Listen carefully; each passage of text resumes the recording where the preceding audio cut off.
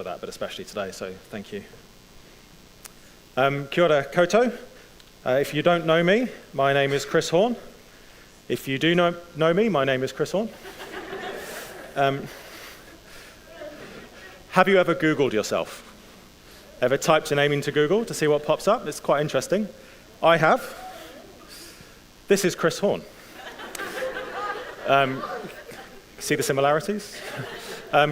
Chris Horn is an Irish computer scientist who founded a company called Iona Technologies, which was the first Irish company to be listed on the NASDAQ stock exchange in the US. Chris Horn is also a member of the Church of Ireland and regularly hosts alpha courses, so I reckon Chris Horn is a bit of a legend.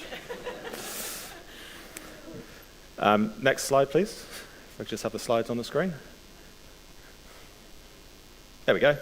This is Chris Horn. Chris Horn was a rather average wide receiver for the Kansas City Chiefs in the NFL about 20 years ago. Chris Horn is a devout Catholic, and after his football career was quite involved in sports ministry. Also a bit of a legend. Now, unfortunately, our name is quite similar to this guy. This is Christian Horner, a controversial and divisive figure, a former CEO of Red Bull Racing in Formula One. He and I both have ginger wives, but hopefully that is where the similarity ends. And have you noticed when you type things into Google, Google pops up with helpful suggestions about what you might be looking for because it thinks it can read your mind. It probably can these days. So quite often what will pop up is like Chris Horn wife or Chris Horn scandal. Or quite often these days, Chris Horn net worth. And usually net worth is quite often one of the top 5 suggestions that pops up in Google. And I was thinking about this because I hear a lot about net worth these days. Even amongst like teenagers, some of them talk about net worth and what they aspire to or what they have. And I don't ever remember thinking about it when I was that age, but there you go. What net worth means is it's a way of measuring everything that you own and assigning some kind of value to it.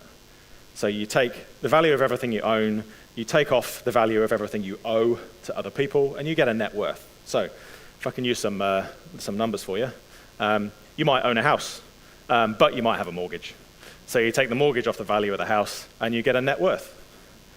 You might also own a car for 10 grand, but you might owe somebody 5 grand on the car loan. So you've got a net worth of 5 left over. Understand? Pretty simple. You might have other stuff, a TV, some clothes, some nice shiny shoes, but you bought them all on your credit card and you owe the bank 8 grand on your credit card. So net worth 2. And then you might have some savings and a bit of KiwiSaver, all of which gives you a net worth. Your net worth is a dollar figure, theoretically, right? Don't get too hung up on the actual numbers. But you understand the principle of net worth. And in our society, we have this commonly accepted thing called money as a unit which we use to assign value and worth to stuff. And we use words like value and worth. So we know that a house is worth more than a car, which is worth more than a shirt, which is worth more than a coffee. And we can use money and these things as an easy way of trading with each other. But as soon as we use words like worth and value, instantly we're able to compare with each other. So we're not just comparing the value of things, but I'm going, your net worth is higher than my net worth, and we instantly get this comparison. And I bet almost everyone here, when I put numbers up on the screen, compared your situation to those numbers. And in your mind, you're going, well, my house is worth more than that. Or maybe you're going, I wish I could get a mortgage. Yeah? Because we have this inherent desire, sense of wanting to compare with each other. And let's be honest, in our society, money is power and money is freedom. It does buy an element of freedom to live as you choose in this society. And we've all seen people, I know I have in my career, who are just always motivated by money. It's an easy measure of success to chase more and more and more, and therefore I'm becoming more and more successful. But they're chasing something that will never satisfy. And we've all seen people who seem to have everything they could possibly want, but are not satisfied and are constantly chasing after the next thing. And this misplaced sense of worth and value is exactly what Jesus is speaking to in the passage we're going to study today. So if you have a Bible, please turn to Luke chapter 12. We're going to pick up Jesus' teaching from verse 13, and it will be on the screen as well. Just so you know where we're going, we're going to look at this section in 3 sections. So I'm going to read a bit, talk a bit, read a bit, talk a bit, read, and wrap up. So you know where we're going. There's 3 sections to come. But we're going to pick up the teaching this morning in Luke 12, verse 13. And Jesus is teaching to a large crowd. And as he's doing so, someone in the crowd says to him, "Teacher, tell my brother to divide the inheritance with me." But he said to him, "Man, who made me a judge or arbitrator over you?"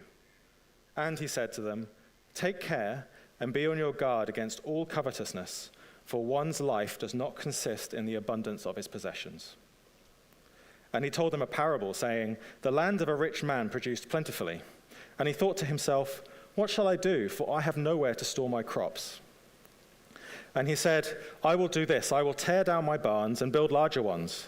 And there I will store all my grain and my goods. And I will say to my soul, Soul, you have ample goods laid up for many years. Relax, eat, drink, be merry.'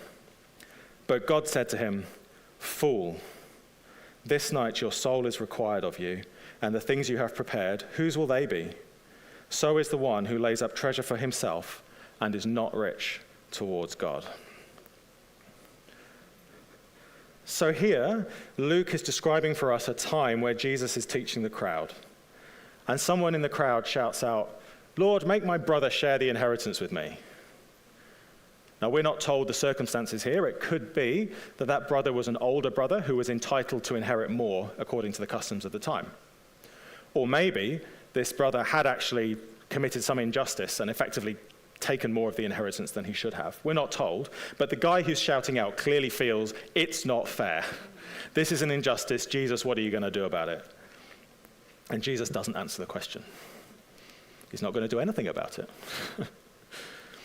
He's after something else. Jesus is after his heart, and he's after your heart today as we talk about money and worth. Instead, Jesus tells a parable, and he tells a story of a man who is already rich and successful. This man has fields, they're very fruitful, they've produced a lot, and he's run out of space in his barns. And so he's making a plan so that he can have bigger barns to provide for himself so that then he can sit back and enjoy the fruit of everything that he's worked for. He's worked hard, and he just wants to enjoy the fruit of his labor. Is this not the dream? This is Western society, right? Or maybe human nature. Life, liberty, and the pursuit of happiness. This is exactly how the world thinks. One day, I'm going to work hard, and then one day I'll have enough so I can put my feet up and I can relax and I can enjoy, because I deserve it, the fruits of my labor. And let's be honest, that's what a lot of us aspire to, isn't it? Is that how we think about our lives? We're looking forward to retirement or having more ease than we have today. And Jesus says, "Fool." Why? Because he's about to die. This man can't take any of his wealth with him. He's slaved for this all his life. He's worked hard, and he won't get to enjoy it. Do you feel a sense of injustice for this guy? He's been robbed. He's worked really hard for the rest of his life, and he doesn't get a chance to enjoy the fruits of his labor. Jesus doesn't say that you shouldn't plan. You should use your brain when it comes to money. You should plan for the future. But ultimately, Jesus is after your heart. He's always after your hearts, not what's on the surface, whether you get to enjoy the fruits of your labor or not. And what he says is this. Jesus says, take care and be on your guard against all covetousness. Because this desire for ease, to be able to lay up storehouses for yourself so you can have this freedom, is dangerous. It's dangerous. This idea of coveting, of seeing a shiny thing because you want it and it's going to improve your life, is dangerous. And Jesus says, be on your guard and protect your heart against it. And we all know that it feels good to buy something new. You've been saving up for that one thing, it looks so shiny in the shop window. And then comes the day where you go in there and you finally get it and you get a dopamine hit to the brain. You finally got the thing that promised to make your life better. And then time passes and the thing gets boring. It fades, it gets dusty, maybe it breaks, you forget about it, and you move on to the next shiny thing which is going to make your life better. Because ultimately it's just a thing. and the thing loses its shine and its promise fails. And that's the danger of covetousness. You want the next thing, but it lets you down, and so you keep chasing and you keep chasing for that thing that never completes your life. Why do we need to take care and be on our guard? Because one's life does not consist in the abundance of one's possessions. And if you don't remember anything else from today, I think this is the big idea of the passage that we're talking about. And if you prefer, I love the way the NLT phrases it. Life is not measured by how much you own. Your life is not measured by how much you own. It's not measured by the value of your house, the value of your car, and the amount of stuff you've got, the brand of your car, the brand of your shoes. That's not how life is measured. That's not the point nor the purpose of life, and it's not your value. Instead, Jesus says, be rich towards God. What does that mean? Well, we'll come back to that later, but let's pick up the teaching again from verse 22. And Jesus carries on. He said to his disciples, therefore I tell you, do not be anxious about your life, what you will eat, nor about your body, what you will put on. For life is more than food, and body more than clothing. Consider the ravens. They neither sow nor reap. They have neither storehouse nor barn, and yet God feeds them. Of how much more value are you than the birds? And which of you, by being anxious, can add a single hour to his span of life? If then you are not able to do as small a thing as this, why are you anxious about the rest? Consider the lilies, how they grow. They neither toil nor spin, yet I tell you, even Solomon in all his glory was not arrayed like one of these. But if God so clothes the grass, which is alive in the field today and tomorrow is thrown into the oven, how much more will he clothe you, O you of little faith? And do not seek what you are to eat or what you are to drink, nor be worried, for all the nations of the world seek after these things, and your Father knows that you need them. Instead, seek his kingdom, and these things will be added to you. So in this section, we have a different picture. And in this teaching, Jesus speaks directly to our worries and our fears, specifically what we will eat and what we will wear. And I think this is a different kind of covetousness. I think this is still covetousness, and we'll explore why. But here, Jesus is speaking to our fears. How will we be able to provide for ourselves and our families in the future? And this is a real worry. This is a real fear that it won't work out for us. Something will go wrong. We'll lose our jobs. There'll be an unexpected bill that we can't pay. And why is it always an unexpected bill and not an unexpected windfall? Just once. And maybe for you today, this is immediate. Maybe you're worried about how you will pay the bills this week or the rent next month. This is very real and very worrying, and I want to acknowledge that, especially now in the cost of living that we deal with today. I know many of you feel the weight of that. And look, I'm not sure exactly how to speak into that. All I can tell you is our experiences. So for Ginger and I, most of our lives, it was about making ends meet. And we had kids in our early 20s with all the bills that comes with. We had student debts, single income, low income, didn't have a big windfall. I wish I could tell you some story of miraculous provision where there was an anonymous check in the mailbox. Or the sudden inheritance from a relative I didn't know that I had. And don't get me wrong, family are very helpful, and I'm grateful for that. But during this time, there was no saving. There was no building a nest egg. We were miraculously still able to give, and I'm glad for that. But my testimony is this: God is good, and the Lord provided. And I think it's summarized really well in that song we just finished with.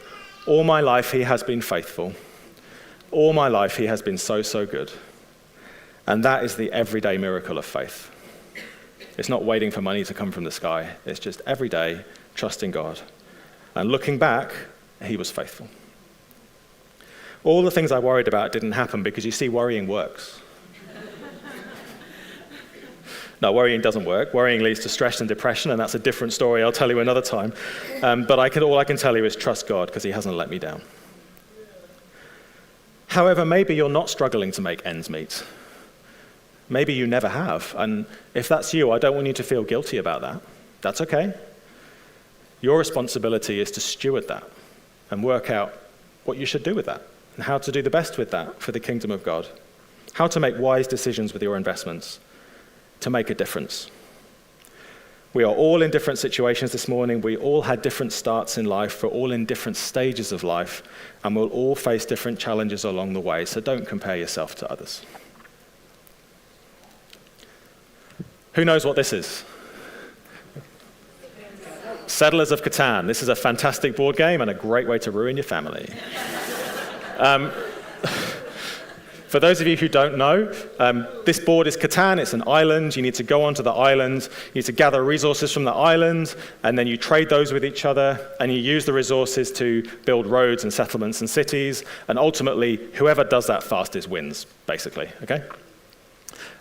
Free tip from me, if you're a Catan player, maybe you like my favorite trick, which is you trade away all your wheat in order to get the rock ore stuff that you need to build cities, and then you play a Monopoly and you get all the wheat back, and then you build all your cities and win, and get kicked out of the house. Free tip from me. Often board games like this, it's really quite telling, because what you have to do really is just make the best out of what you've been given. You've got a hand of cards or a roll of the dice, and you're like, right, well, how can I optimize this and do the best I can, and then move on? And sometimes you win, and most of the times you don't. This might be more familiar to you. Yeah? Monopoly? Monopoly basically is won by whoever gets on the property ladder first. And you start to get rental income, and the outcome of Monopoly, I find, is determined pretty early on in the game. First few turns, whoever's slightly ahead will win. It's inevitable, but it takes like another 2 or 3 hours to get to that point, and well, the rich just keep pounding the poor into the earth. And look, maybe you're like me when I was a kid. I used to bribe my sister with Monopoly money, give her a little bit extra to keep her going, so I could keep the pounding going, right? It's funny, but also it's quite telling about reality, eh? Did you know, I didn't know this, but originally Monopoly was created by an American lady called Lizzie Meiji in the 1900s. And it originally came with 2 sets of rules. And the first set of rules had social mechanisms in it, so that whoever had all the wealth would share that with everybody for the good of all. And the set of rules that have survived that we use now was created to demonstrate the futility and the bad consequences of concentrated land wealth in the hands of a few. Seriously, that's what it was created for, to make that point, which is why you get this inevitable pounding. And it's very hard in Monopoly to recover from a bad start. And so in life, I think in life, a lot of the time, it's doing the best with what we've been given. So for example, do you have a budget? Do you plan for, well, this is my income and these are the expenses I've got coming up, and what's the best way for me to organize that? Because if you don't, I think it's a really good idea to get one. And if you need some help, then Mark and Yvonne Stiles, members of the church here, would be great to talk to. They're really skilled in this area, and they'll have tools and tips for you to help get you started.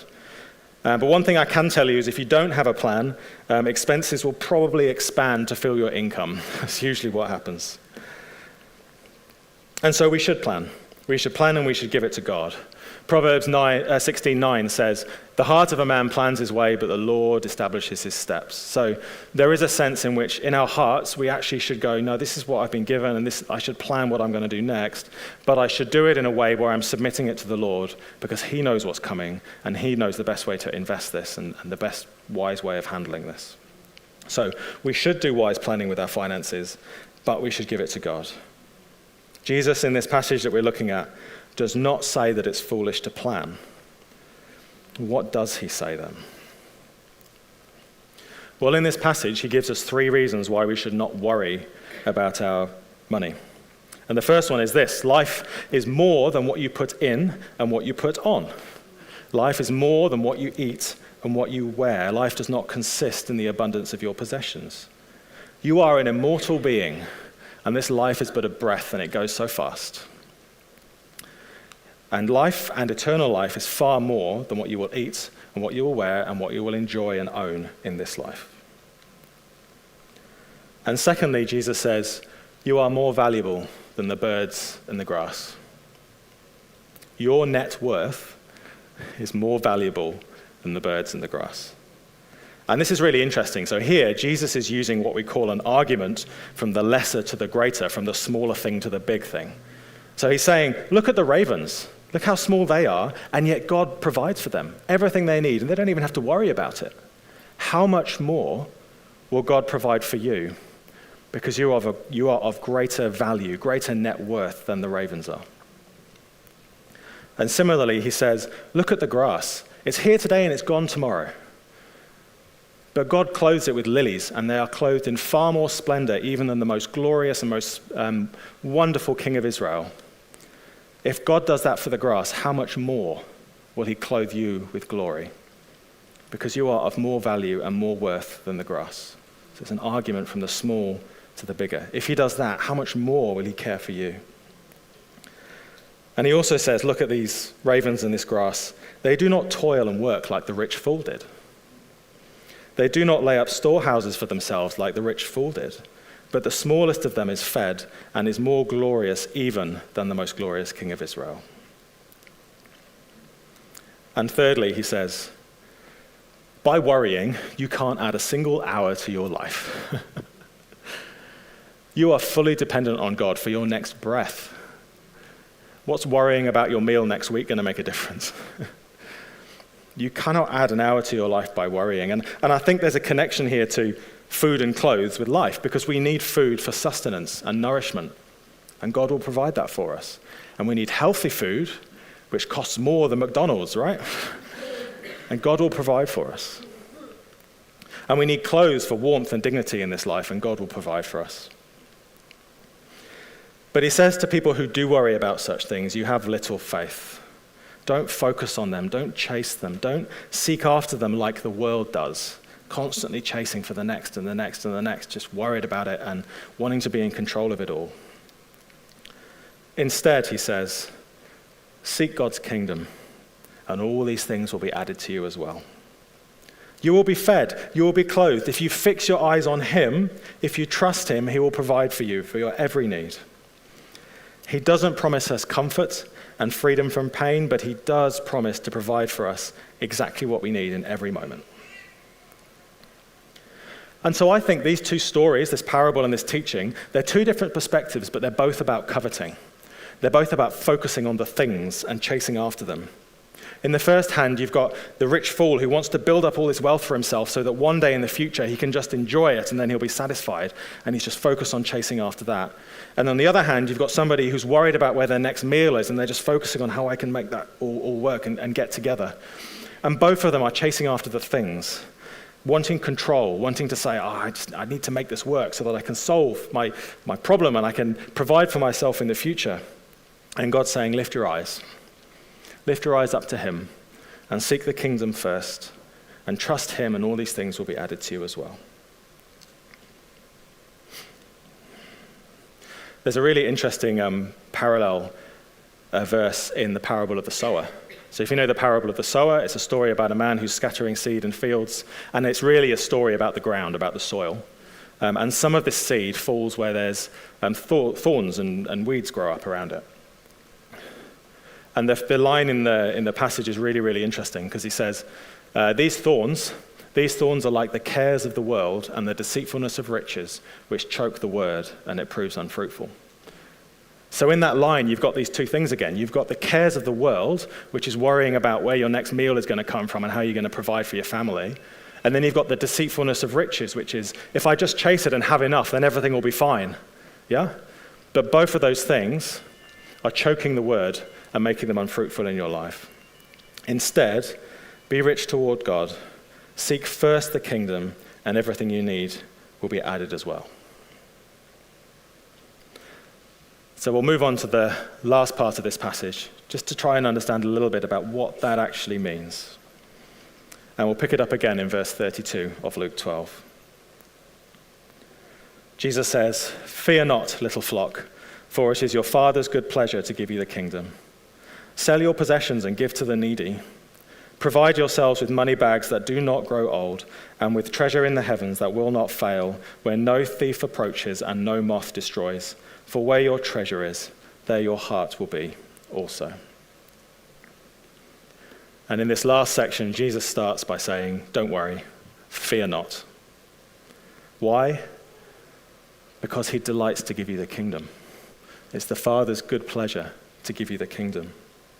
The kingdom of God, with all of its infinite resources and glory, God delights to give it to you. So don't worry, fear not. Therefore, you are free to give your resources. It's quite liberating to understand that we have a Father who is so willing to lavish grace on us with all his infinite resources that we don't need to worry about it. And I would say this is more liberating than the American dream of life, liberty, and the pursuit of happiness. And explicitly in this passage, Jesus says, seeking the kingdom is selling what you have and giving to the needy. And giving to the needy is providing for yourself. Do you see the logic up there? In some way, when you give, it is more blessed to give than receive. In some way, there is an eternal treasure in heaven that you are laying up for yourselves as a result of this. This is an investment. It's an investment in the future of the needy, but it's an investment in your future and one that doesn't fade. Now look, we don't know exactly what this is, and I'm not going to tell you that that's some specific physical thing in heaven. I'm just not going to go there. I don't know. Jesus doesn't want us to be hung up about it either. That's not the point. It is more blessed to give than receive. Giving blesses you now and into eternity, and that is so liberating because it sets you free from covetousness and the desire to just have. Paul says in Corinthians, no eye has seen, no ear has heard, and no mind has imagined what God has prepared for those who love him. So in giving up your things to give to the needy, you are storing up for yourselves an eternal treasure, whatever that is. And ultimately, that's Jesus. But this is hugely challenging. If you read in Acts 4, this is what the early church did. They had all their possessions in common, they sold their property, and they gave it up to the poor. So what does that mean for us? There is a real sense in which we have an opportunity to be somebody else's answer to prayer, to provide them with their next meal and their next clothes. But look, I'm not telling you today to go out and sell everything. Jesus might be, if he's putting that on your heart. I would only say, don't act on that without prayer. Use your brains as well as your heart. But giving to the needy, especially in a radical way, just shows how much you treasure Jesus, and it shows how much more glorious he is than anything we could buy on earth. Now, let me try and give you some practical pointers, and these are just my ideas, right, in terms of what it actually means to give, to help you think through what this means for you. The reality is, there isn't a budget template in the Bible. I can't point you to a verse which says this much percent that way, this much percent that way. It's just not there. Because Jesus wants you to work through your heart. And if you notice in this passage, he still hasn't given an answer about where your next meal is coming from, what to invest in, or the injustice of that brother's inheritance. He's going deeper than that. So here's my tips. I think it's really good to have a plan, a budget. Have a plan to save, to spend, save, and give. And if you can do all those things, I think that's good, if you're able to. In terms of giving, I think 10% is a good guide. It's an Old Testament principle that comes from tithing. It's not a rule.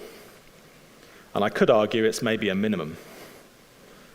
But there's something to think about as a guide, 10% as a starting point. Here's another one. Think about, from the beginning of Acts, think about Jerusalem, Judea, and the ends of the earth. So in your giving, are you giving to something that blesses Christchurch, Jerusalem, your city that you're in, the community that you're in? Do you see a need out there in our community or our city which needs to be met? Or Judea, maybe think about the whole country. Think of the country of New Zealand. Is there a need in New Zealand that you can meet with your resources? Maybe an organization like Christians Against Poverty or something like that, that specifically blesses people in New Zealand. Or the ends of the earth, World Vision, Bright Hope, something like that. It's just a framework to help you think about how we can seek the kingdom here in our country and in the world with the resources that we've been given. You don't have to do any of this. This is not a burden, and you can't buy your salvation. But Jesus is inviting you to participate in his kingdom. And it also doesn't matter how much you've got. Remember what Jesus did with 5 loaves and 2 fish. And remember how much he smiled at the lady who put 2 copper coins in the temple. Make him smile. Give joyfully and generously. What's on your heart? That might be a good pointer as to what you can give to. But whatever your situation, I encourage you to lay your finances before God, tell him what you would like to do, ask him if that's right, if there's anything to correct, and ask him to bless that. At the end of the game of Catan, all the pieces go back in the box. The box goes back on the shelf. At the end of the game of Monopoly, all the money goes back in the box, back on the shelf, and you can't take any of it into life with you. At the end of life, when you die, you can't take any of this with you. And then you'll stand face to face with Jesus. And until then, we are kaitiaki. We are guardians and stewards of what we've been given. So what will you do with it for the kingdom? There's one more scripture I want to share with you before we end. So earlier we talked about Jesus using an argument from the lesser to the greater, the smaller to the big. This one's the opposite way around. This is an argument from the greater to the lesser. And in the book of Romans, Paul writes this about God. He says, God, who did not spare his own son, but gave him up for us all, how will he not also with him graciously give us all things? And the point is this: God has already given you Jesus. He's already given you the greatest gift he possibly could. Jesus' net worth is far greater than everything else and everyone else in all existence. God has already given up the biggest thing he possibly could for you to save you. Why then would he be stingy? Why would he hold anything back? Why will he not, with Jesus, give you all things? He will. Because ultimately, Jesus is the greatest treasure. Our treasure in heaven, at its heart, is Jesus. If you're in Jesus today and if you know and love him, your future is eternity in joy with him. Can I get the band back, please? Thank you. Whoever said at the end of life, I trusted the Lord and he let me down? I don't know of one. There's no playbook, there's no budget in the Bible. Jesus wants your heart. And remember, life does not consist in the abundance of your possessions. Your net worth is not measured by how much stuff you own. Life is not measured by how much you own. Life consists in knowing God. Your net worth is not measured by money. You are worth everything in the eyes of the Lord. He's already given you Jesus and everything you need. So first, seek his kingdom, and he'll take care of the rest. And ultimately, at the end, you'll get Jesus, and you'll get everything else thrown in.